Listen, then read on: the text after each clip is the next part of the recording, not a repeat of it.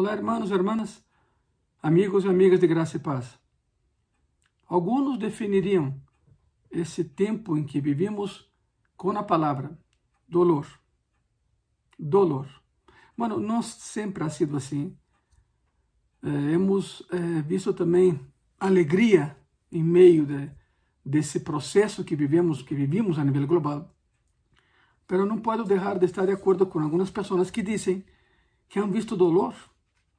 Nós hemos visto dolor em amigos, em familiares, dolor físico, dolor emocional, e por que não certo grado de dolor espiritual, porque há cristianos que pensam que Deus lá já os abandonou, e te lo garantizo, não é assim. Não é assim. O tema desta ocasião é que fazer com o dolor. Que fazer com o dolor. El dolor es el invitado indeseable que llega a tu vida tarde que temprano. No es opcional. Va a llegar. Tenlo por seguro, va a llegar, si es que ya no llegó. De diferentes maneras, diferentes ocasiones, perdón, diferentes situaciones, pero va a llegar. El detalle es qué respuesta darás tú a ese dolor. E é aí quando a fé é provada, quando a alegria parece não existir, quando Deus parece distante e impersonal, quando todo o sistema de valores se queda ao revés. É aí onde a fé é provada. É aí onde a fé se tambaleia e a vida perde color e perde sabor por el dolor. ¿Alguna vez te has sentido así? La pregunta es, ¿alguna vez en tu vida te has sentido así? Si tu respuesta es afirmativa, si tu respuesta es sí, en esa ocasión quiero decirte tres cosas. Primero, número uno, tu experiencia de dolor es común. Significa que lo que experimentas en tu dolor no es algo exclusivo, não é solo tu. Porque o dolor também tem a capacidade de impermeabilizar a la persona, de aislar a la persona. E se a pessoa é cristiana, a pessoa diz, não, é que nadie me entende. Nadie ha passado por isso. Te lo puedo asegurar de que não eres o primeiro e seguramente não serás o último ou a última a passar por isso. Tenho por seguro.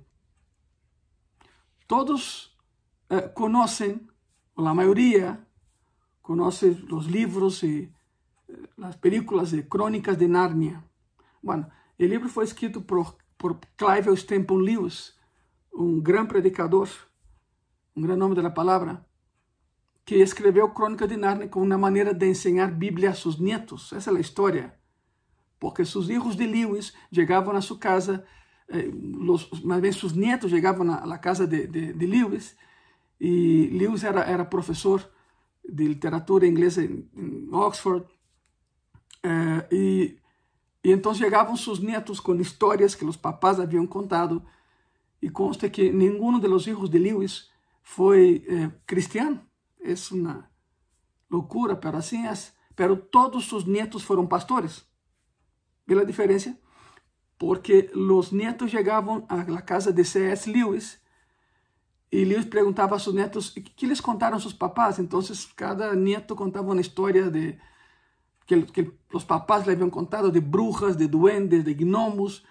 Y Lewis lo que hizo fue que agarró cada historia y metió Biblia en esas historias y evangelizó a sus nietos así. Por eso Crónicas de Narnia. Pero no vengo aquí para hablar de Crónicas de Narnia. Te vengo a decir algo sobre C.S. Lewis, el autor. C.S. Lewis perdió a su esposa para el cáncer. Y claro, como todo ser humano, le dolió. Y clamó a Dios. Clamó y reclamó a Dios para recibir consuelo. Pero no sentía ninguna respuesta. Entonces, confundido, preguntó a Dios, y tengo aquí lo que él habla en sus memorias, cómo fue su plática con Dios sobre ese aspecto de dolor. Y Lewis escribe, ¿qué me puedes decir de esto?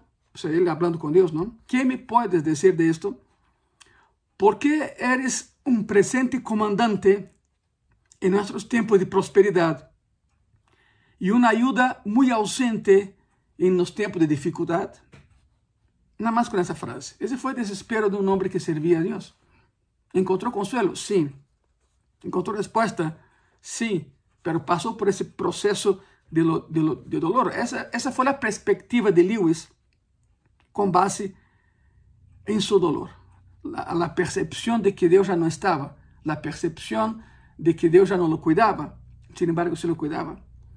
Pero ¿sabe qué? No necesitas tener una gran biblioteca como la que la tenía C.S. Lewis para saber que tu experiencia de dolor no es exclusivamente tuya. Otros han pasado por eso también y pasarán por eso también. Basta buscar en las páginas de la Biblia para encontrar a personas que tuvieron el mismo pensamiento que tú a través de su dolor. Especialmente en los Salmos. En los Salmos veremos mucho de eso. Y leerás varios gritos de angustia para que Dios actúe en medio del dolor de cada quien. Está el Salmo 6, versículos 12 y 3. La palabra dice así: ten misericordia de mí, oh Jehová, porque estoy enfermo. Sáname, oh Jehová, porque mis huesos se estremecen. Mi alma también está muy turbada. ¿Y tú, Jehová, hasta cuándo? Pregunta el salmista. Salmo 77, de versículos 7 al 9. Y la palabra dice así: ¿desechará el Señor para siempre y no volverá más a hacernos propicio? ¿Ha cesado para siempre su misericordia? ¿Se ha acabado perpetuamente su promesa? ¿Ha olvidado Dios el tener misericordia? ¿Ha encerrado con ira sus piedades? Es la perspectiva de alguien sufriendo dolor y no entiende qué está pasando. Salmo 83, versículo 1. Oh Dios, no guardes silencio, no calles, oh Dios, ni te estés quieto. Alguien que busca respuesta en medio del dolor. Y lo podemos entender, por eso lo que estás pasando no es únicamente tuyo. Lo que estás pasando, tu nivel de dolor, otros ya pasaron por esto y muchos más van a pasar. Pero aquí está el ejemplo más claro de lo que estoy hablando. El ejemplo más claro está en el Salmo 22, versículo 1. Y dice así: Dios mío, ¿por qué me has desamparado? ¿Por qué estás tan lejos de mi salvación, de las palabras de mi clamor? Y Jesús repitió las palabras de David cuando estuvo en la cruz. Mateo 27, 46. Cerca de la hora novena, Jesús clamó a gran voz diciendo: Elí, Elí, lama sabactani. Esto es: Dios mío, ¿por qué me has desamparado? Bueno, entendemos que no desamparó, simplemente Cristo en ese momento, en las 6 horas que pasó en la cruz, se hizo pecado por nosotros. Dios abomina el pecado y ama al pecador. Por eso no podía ver a su hijo cargado de pecados en la cruz. Pero se cumplió lo que la profecía que dice que repetiría, y repitió las palabras de David. En medio de su pecado, estaba turbado, no sabía qué estaba haciendo, y Cristo repite las mismas palabras. ¿Por qué me has desamparado? Claro que nunca lo desamparó. Él es Dios y nunca desampara. Sin embargo, una vez más, Cristo se hizo pecado por nosotros. Y por eso cuando alguien peca, se siente desamparado. Cristo nunca pecó. Sabemos que nunca pecó. Se hizo pecado por nosotros. Cargó la culpabilidad de todos los pecados en él. Pero claro, nunca pecó.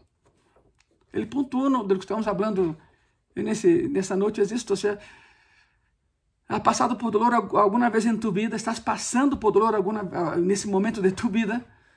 Si es así, quiero decirte 3 cosas. La primera es esta: tu experiencia de dolor es común. Tu experiencia de dolor no es exclusivamente tuya. Quiero que entiendas esto. Hay un pasaje clave en 1 de Pedro que te ayudará a entender que en tiempos de angustia, Dios parece distante. Los tiempos de angustia son comunes a todos los hijos de Dios.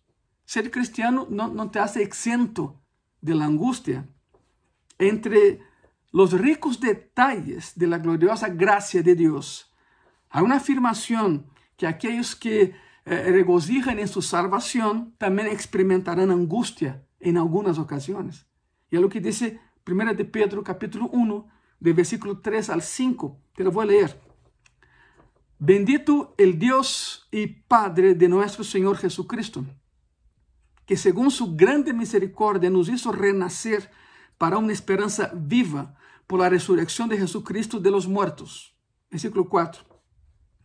Para una herencia incorruptible, incontaminada e inmarcesible, o sea, que no se marchita, no se acaba, reservada en los cielos para vosotros, que sois guardados por el poder de Dios mediante la fe para alcanzar la salvación que está preparada para ser manifestada en el tiempo posterior. Significa, Deus nunca te ha abandonado.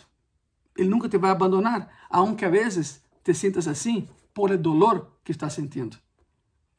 Outros cristianos han viajado por esse mesmo caminho no qual tu estás, han completado su viaje com éxito, e tu também lo harás. Tu também lo harás. Donde eu nasci, allá em Brasil, sur del estado de Minas Gerais, en la divisa entre el estado de Minas Gerais e el estado de São Paulo, e na divisa há um túnel ferroviário, um túnel. Esse túnel foi testigo de uma batalha campal entre os dois estados em uma revolução que sucedeu allá em 1932, dois estados peleando por diferenças políticas. São Paulo queria apoiar um presidente e Minas não. Bueno, foi uma pelea, pero lo curioso desse túnel é que se caminas dentro desse túnel, há uma ilusão de óptica e pensas que o túnel é corto porque vê a luz ao final do túnel, pero não, depois que chega a esse lugar, é uma curva e devido à água que cai, muita água por allá, devido à água que cai dentro do túnel, se hace um espejo. E então, como ilusão de óptica, pensamos que o túnel é muito corto, pero chegamos aí e todavia há outros 600 metros del túnel para llegar. Es un túnel muy grande para llegar al final del túnel. Así es el dolor. El dolor no te deja ver la salida. Empieza tu proceso de dolor y piensa que eso va a acabar pronto y quizá no acabe pronto, pero un día va a acabar porque Dios es contigo y Dios nunca te ha abandonado. Por eso el punto número 1 que quiero que entiendas aquí es que tú no estás solo en ese túnel. Tú no estás solo ahí. Hay una luz al final del túnel. Quizá no sea hoy, no será mañana, pero ese túnel va a acabar. Y acabamos de leer las palabras de Pedro. Pedro reconoce que las pruebas producen dolor. Y el dolor es una experiencia que todo cristiano puede pasar. Nadie está exento del dolor por ser cristiano. Él también habla de otros dos principios. O sea, con ese pasaje vamos a otros dos principios que te van a ayudar a entender y pacientemente aguantar la prueba por la cual estás pasando. El punto 1 es que el dolor no es solo tuyo. Tu experiencia de dolor es común a los demás cristianos. Punto número 2, tu experiencia de dolor es temporal. Es lo que estamos hablando. Tu experiencia de dolor es temporal. Primera de Pedro, capítulo 1, versículo 6. En lo cual vosotros os alegráis, aunque ahora, por un poco de tiempo, si es necesario, tengáis que ser afligidos en diversas pruebas. Sentirte agobiado por el dolor abatirá aún el cristiano más fuerte, aún el cristiano que se siente más espiritual. Entonces lo que hace Pedro es que Pedro agrega que esta explicación de la agonía, esa agonía es por poco tiempo. El túnel va a terminar, pero ese dolor no es eterno, el dolor es por poco tiempo.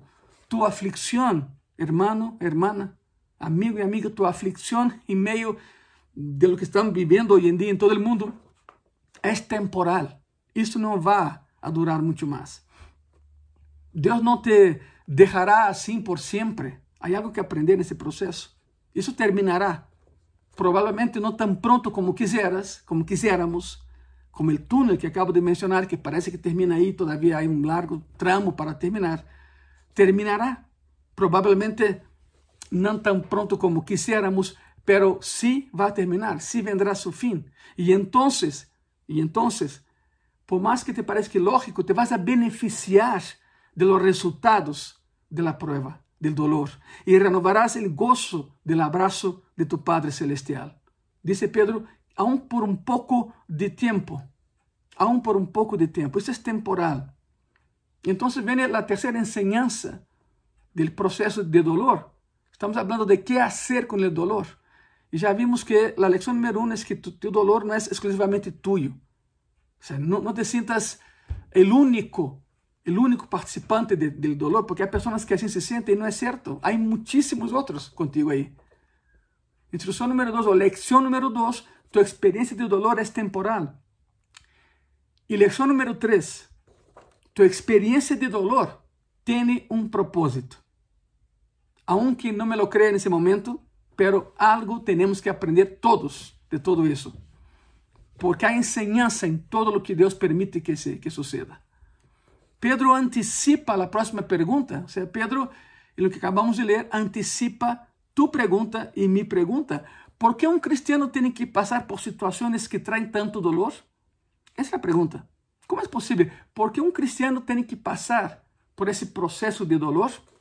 Y Pedro responde la pregunta. Primera de Pedro 1, capítulo 1, versículo 7. Para que sometida a prueba vuestra fe, mucho más preciosa que el oro, el cual, aunque perecedero, se prueba con fuego, sea hallada en alabanza, gloria y honra cuando sea manifestado Jesucristo. Como un hijo de Dios, tienes tú la promesa de su presencia. Él prometió estar contigo y no te ha abandonado y nunca te va a abandonar. Aunque por ahora,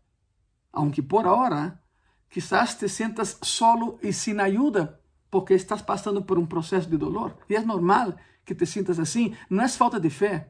Porque también hay cristianos que reprochan a otros cristianos y no, tu situación es por falta de fe. Parecen los 4 amigos de Job y Job, ¿verdad? El pasaje, la historia de Job. Pues con 4 amigos como esos, ¿para qué enemigos? Los 4 le tiraron durísimo a Job. Y Job se defendía. Yo no hice nada. Hay cristianos hoy en día que hacen lo mismo. Señalan a otros. Estás así por tu falta de fe. Estás enfermo por tu falta de fe. Eres pobre por tu falta de fe. No, ya. ¿Sabe qué? Si conoces a alguien así, aléjate de esa persona. Esa persona no conoce a Dios. No conoce el amor de Dios. Y no sabe los procesos de Dios. Por lo tanto, no te sientas así, ni abandonado, ni abandonada. Dios es contigo. La situación sería peor si no estuviera ahí contigo. Te voy a repetir el pasaje de 1 de Pedro, capítulo 1, versículo 7. Y ahí aprendemos que tu experiencia de dolor, nuestra experiencia de dolor, tiene un propósito. Dice así la palabra, para que sometida a prueba vuestra fe, mucho más preciosa que el oro, el cual, aunque perecedero se prueba con fuego, sea hallada, tu fe sea hallada en alabanza, gloria y honra cuando sea manifestado Jesucristo. ¿Pasamos por un proceso de dolor? Sí. ¿Nos sentimos solos y sin ayuda? Sí. Pero ¿sabe qué? Descansa en el conocimiento de que Dios, que te ama, tiene buenas razones por lo que está pasando en el mundo. Hay una razón para el dolor. Hay una razón para el sufrimiento. No somos masoquistas, pero dice la palabra, agradece a Dios en cualquier situación. Por todo, da gracias. No es por la situación, es en todo. En todo, da gracias. No por todo. De ninguna manera podemos agradecer a Dios por la pandemia. De ninguna manera podemos agradecer a Dios por lo que ha resultado de esa pandemia. No, pero aún en la pandemia podemos agradecer a Dios. En cualquier situación, seamos agradecidos al Señor. Él está comprometido a que crezcas con nuestro crecimiento.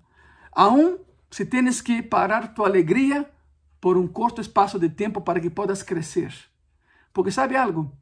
Nadie aprende nada de los éxitos. Nadie aprende nada siendo alegre. Somos alegres, claro. Tenemos a Cristo. Pero desgraciadamente la realidad es que el dolor y el sufrimiento son los que más nos enseñan. No estoy diciendo que no tengamos que tener éxito. Eres exitoso porque Cristo está en ti. Felicidades con tu éxito. Pero no se aprende nada del éxito. Aprendemos más de los fracasos que de los éxitos. De igual manera, aprendemos más pasando necesidades que cuando tenemos de todo. Porque tenemos todo, nos acomodamos y dejamos de orar, y dejamos de ayunar, y dejamos de buscar a Dios, y dejamos de leer la Biblia. Cuando todo nos va bien, no buscamos a Dios. Por isso, certo grado de sofrimento é necessário que chegue a nossas vidas para que nos aferremos ao autor e consumador de nossa fé. Por isso, o ponto 3 é esse. Tua experiência de dolor tem um propósito. Créemelo. Quando reconheces que Deus está usando tu problema para hacerte consciente de su gracia em tu vida e preparar-te para a glória, alabanza e honor, então estarás equipado para aguentar, aunque o sofrimento esteja aí e te agobie el alma. E por certo, há outros benefícios derivados de tudo isso. Há outros benefícios. Primeiro, essa situação te hará mais obediente. O processo de dolor, tua experiência de dolor, te hará mais obediente. Salmo 119, versículos 67 e 68. Antes que fora eu humilhado, descarriado andava. Escute isso. Mas agora guardo tu palavra. Bueno eres tu e benhechor, ensina-me tus estatutos. Significa que o dolor nos hace mais obedientes a Deus. É necessário certo grado de sofrimento. Não sou masoquista, pero sim reconozco que é necessário para que não nos acostumbremos, porque nos acostumbramos com o êxito e com tudo isso e nos alejamos de Deus. E Deus nos ama tanto que não vai permitir que nos alejemos de Ele. Nos sentimos autossuficientes, verdade? Número 2, lecção número 2. Esse processo de dolor te ajudará a entender melhor a palavra de Deus, porque la vas a vivir em carne própria. O processo de dolor te ajudará a entender melhor a palavra de Deus. Salmo 119, versículo 71. Bueno me es haber sido humillado para que aprenda tus estatutos. O salmista, já assume que é bueno passar por esse processo. Quando Esdras reconstruye os muros e quando regressa a outra vez reconstruir o culto religioso em Israel, ele menciona isso. Neemias levanta os muros, Esdras regressa e restaura o culto verdadeiro. E ele menciona isso. Se não estivéssemos em cautiverio, não haríamos tudo isso. Se não houvéssemos estado em sofrimento em cautiverio, não íamos a valorar o que Jeová hace por nós. É o mesmo que habla aqui o salmista, dizendo, pois, isso me ajuda a entender melhor, a viver melhor a palavra de Deus. Número 3, tua experiência de dolor aumentará tu compaixão e eficácia em el ministério. Se eres um ministro de Cristo, se predica, se alaba, se tens alguma função no corpo de Cristo em tu igreja local, créeme que esse processo te vai ajudar a ministrar melhor a palavra. 2 Coríntios, capítulo 1, versículo 3 e 4. Bendito sea el Dios y Padre de nuestro Señor Jesucristo, Padre de misericordias y Dios de toda consolación, el cual nos consuela en todas nuestras tribulaciones, para que podamos también nosotros consolar a los que están en cualquier tribulación, por medio de la consolación con que nosotros somos consolados por Dios. Consolar es ministrar. Ahora que conozco el dolor, sé cómo tratar con el dolor. Y puedo ministrar con base a que tuve éxito en mi dolor porque Dios me sacó adelante. O sea, lo conozco por carne propia. En Brasil há uma expressão para isso, e te vou falar em português. Dizem allá, eu conheço o caminho das pedras. Eu conheço o caminho das pedras. Significa eu camino, ou seja, eu conosco por onde passar, eu sei por onde passar. O término tem sua origem em que, todavia, em Brasil é um país imenso, são quase 8 vezes e meio o tamanho de México, e todavia se trasladam o ganado de um estado a outro por carreteras, pero caminhando. Aí estão os cowboys brasileiros, verdade? Levando as cabeças de ganado. Também transportam em barcos, em caminhões e todo, pero comumente hablando se transporta isso por terra e por la carretera. Então há lugares onde têm que cruzar por pequenos rios, por riachuelos pequenos, pero não se habla a profundidade. Então sempre buscam algum niño de la zona, alguma pessoa que vive aí, para que indique donde el río é menos profundo, para que por aí possa passar as cabeças de ganado. É isto. Buscam a alguém que conhece o caminho de las pedras. Significa alguém que conhece a situação por vivência própria. Assim é com o dolor. O dolor te ensina por onde passar, para que tu possas ensinar a outros a passar por aí também. Por isso o dolor tem esse aspecto de melhorar tua eficácia no ministério. Cuarta lección. El proceso de dolor en tu vida te ayudará a apreciar a Dios aún más cuando el proceso termine y Cristo te restaure. Job 42:5 dice así: de oídas te había oído, mas ahora mis ojos te ven. Significa, Señor, tú me has restaurado. Yo escuchaba de milagros, pero ahora yo soy un milagro. Yo escuchaba de sanidades y tú me has sanado. Por lo tanto, uno que conoce eso en carne propia sabe cómo enseñar a los demás y se goza cuando hay restauración. Y siempre hay restauración de parte de Dios. Son 4 enseñanzas, aparte los 3 puntos que tocamos, son 4 enseñanzas sobre tu proceso de dolor, según 1 de Pedro capítulo 1. Tu proceso de dolor te hará más obediente, te ayudará a entender mejor la palabra de Dios, aumentará tu compasión y eficacia en el ministerio que Dios te haya dado. Y número 4, te ayudará a apreciar aún más cuando Dios te sane, te levante y te restaure, porque Él lo va a hacer. Él promete y Él cumple. Ahora quiero comentar, esos principios, simplemente, esos principios te van a ayudar a llevar el proceso más allá. Aprende a responder bíblicamente y no emocionalmente a tus propios problemas. Sé bíblico, no tanto emocional. Y solo entonces, y ahí entonces entenderás las palabras de Pablo registradas en Romanos 8:18. Y la palabra dice así: pues tengo por cierto que las aflicciones del tiempo presente no son comparables con la gloria venidera que en nosotros ha de manifestarse. Por lo tanto, aguante un poco más, ese proceso va a terminar, todo será restaurado y Cristo no nos va a abandonar nunca. Cierren sus ojos, por favor. Señor Jesús, ayúdanos con el dolor, Señor. Toma de nuestra mano y no nos soltes. Aunque nosotros, humanamente hablando, tenemos la tendencia de soltar tu mano, Señor, no soltes nuestra mano, por favor. Llévanos más allá de lo que podamos pensar llegar, Señor. Sánanos y restauranos para que un día podamos una vez más estar juntos y unidos. Hoy, Señor, debido a ese proceso, estamos unidos, pero no podemos estar juntos, Padre. Llegará el día en que sí vamos a poder hacerlo. Por lo tanto, te entregamos nuestro dolor, Señor. Está en tus manos. Ayúdanos a fortalecernos en ese proceso de dolor que estamos viviendo, Padre, a nivel global. En tus manos estamos. En el nombre de Jesús. Amén. Amén. Bueno, sigamos adelante. Ya vimos qué hacer con el dolor que estamos pasando. El título es ¿Qué hacer con el dolor? Y bíblicamente hablando ya lo vimos. Nos vemos el próximo domingo. Que Dios te bendiga.